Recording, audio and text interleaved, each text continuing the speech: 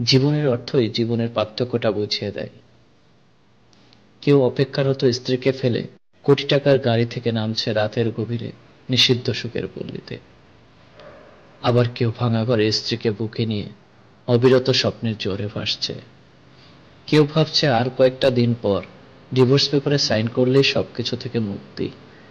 আবার কেউ শত ব্যথা বুকে চেপে একটা সম্পর্ককে বাঁচিয়ে রাখার জন্য দিনের পর দিন নিজের সাথে যুদ্ধ করে চলেছে। কেউ সন্তান ডাস্টবিনে ফেলে দিয়ে দায়মুক্ত হতে চাইছে, আবার কেউ একটা সন্তানের জন্য সারাটা জীবন ধরে হাহাকার করে চলেছে। কেউ বছরে বছরে ভালোবাসার মানুষ বদলে আকাশে আকাশে উড়ে চলেছে, আবার কেউ শুধু একটা সত্যিকারের ভালোবাসার মানুষের জন্য অপেক্ষার প্রহর গুনে চলেছে। কেউ লাখ টাকার শাড়ি হাতে পেয়েও যেন মুখে একটুও খুশি নয়, আবার কেউ একটা মোটা তাঁতের শাড়ি পেয়ে খুশিতে আত্মহারা হয়ে পড়েছে। কেউ লাখ টাকার ডাইনিং টেবিলে বসে তৃপ্তি সহকারে ভাত খেতে পারছে না, আবার কেউ লবণে মাখা শুকনো ভাত খেয়ে দিব্যি দিন কাটিয়ে ফেলছে।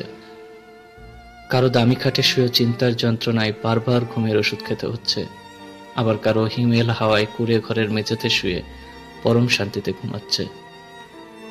কারো পড়ার টেবিলে নতুন বইয়ের সমারোহ, কিন্তু পড়তে ইচ্ছে করছে না। আবার কেউ পুরাতন বইয়ের দোকান খুঁজছে খালি পকেট বলে।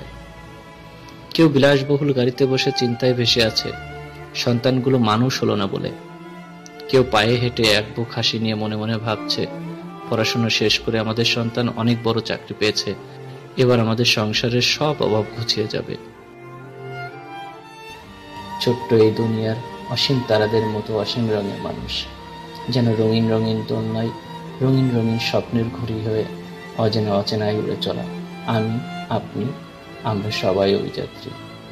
ধন্যবাদ সবাইকে।